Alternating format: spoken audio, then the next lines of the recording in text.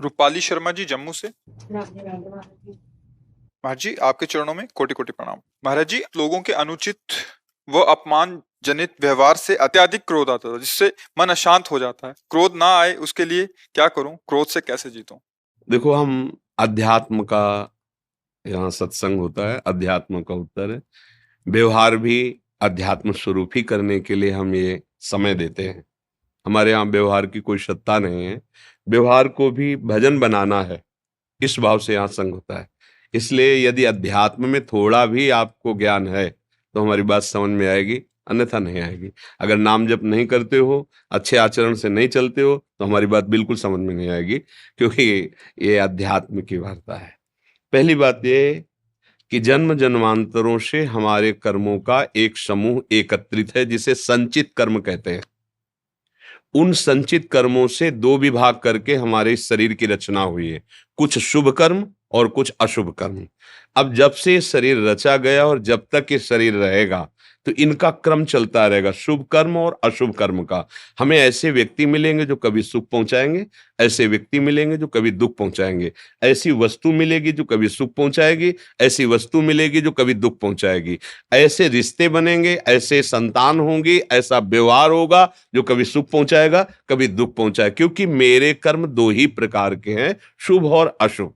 आप समझ लो, ये मेरे कर्म का परिणाम होगा। जब कोई मेरे सामने आकर मेरे साथ अभद्र वार्ता करेगा, दुख देने वाली चेष्टा करेगा, वो मेरा कर्म होगा, उसका कर्म नहीं। पहले ये बात माननी है। अब वो मेरे कर्म को निपटाने के लिए आया है, सायोगी है। जो मेरा कर्म निर्धारित किया गया दुख भोगना, वो शाम जैसे कोई एक है, मिलता है कि हृदय रो पड़ता है, उसके प्रेम में, उसके व्यवहार में आनंदित हो जाता है। एक है, हृदय जल जाता है कि भगवान कभी ऐसे आदमी को मेरे सामने मत लाना। तो रूप तो दोनों उसी के द्वारा भेजे गए थे। एक के द्वारा मेरे अशुभ कर्म का नाश कराया गया और एक के द्वारा शुभ कर्म का। शुभ कर्म का नाश हुआ सुख भोग के, और अशुभ कर्म का नाश हुआ दुख भोग करके। पहली बात, अध्यात्म किसी की निंदा करने का राइट नहीं कि आप जो है किसी की निंदा करें। आपकी जो निंदा हो उसे सह जाएं। अध्यात्म का उपदेश, व्यवहार इसे बर्दाश्त नहीं करेगा। और परमार्थ का और ऊंचा स्थान, तुम हमें गाली दोगे, हम तुम्हारा मंगल मनाएंगे, तुम हमारा अनिष्ट करोगे, हम तुम्हें सुखी करेंगे। अध्यात्म का जहां प्रश्न कर रहे हो, एक अध्यात्म मार्ग के पथिक से प्रश्न कर रहे हो। दूसरी बात, हमारे प्रभु सबके हृदय में ईश्वर रूप से विराजमान है। ईश्वर जो सबका शासन करता है। जैसे जो दुष्ट स्वभाव के लोग संसार का विनाश करना चाहते हैं, अस्त्र भी हैं, शस्त्र भी हैं, और उनके पास सामग्री सैनिक भी हैं, पर वो कर पाते हैं क्या? उतने को मार पाएंगे जितना मारना है। विनाश लीला में जितना उनको दिया गया उतना ही कर पाएंगे, इसके आगे नहीं कर पाएंगे। ईश्वर सबके बैठा हुआ है हृदय में। तो वो जो ईश्वर हृदय में बैठा हुआ प्रेरित करके मेरे सामने दुखद परिस्थिति की, तो हम उसके बच्चे हैं, वो हमारे सामने क्यों करेगा ऐसा? है कोई मंगल विधान।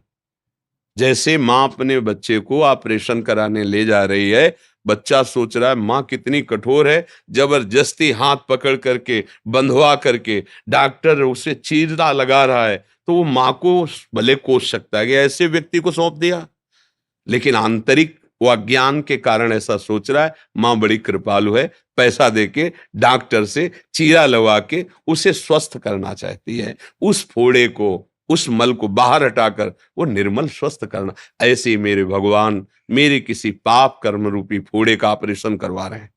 इतना सा अगर समझ रखोगी तो हृदय शीतल हो जाएगा। कुछ मंगल होने वाला है, कुछ आनंद होने वाला है, मुझे सावधान रहना चाहिए, मेरे अशुभों का नाश हो रहा है। भगवान मंगल करने के लिए ऐसा अध्यात्म, और इसी से सहा जा सकता है। अगर अध्यात्म में चलना है तो अंदर अगर सोचो कि इसके आगे वो बढ़ जाएगा, तो ईश्वर है, आप और उसके बीच में ईश्वर है जिसकी आप आराधना करते हो, ऐसा कभी नहीं होने देगा। उतना ही होगा जितना विधान है।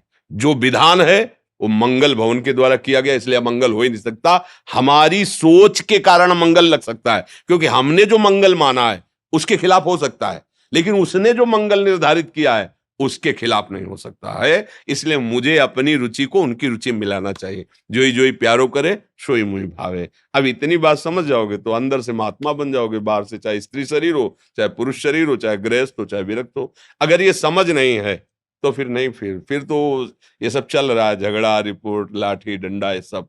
ऐसे कह दे कि कोई ऐसे तो पूरे जीवन में भ्रमण करते रहे हैं, हमारे प्रारब्ध को भुगाने के लिए भले कुछ कोई, अन्यथा किसी की ताकत नहीं।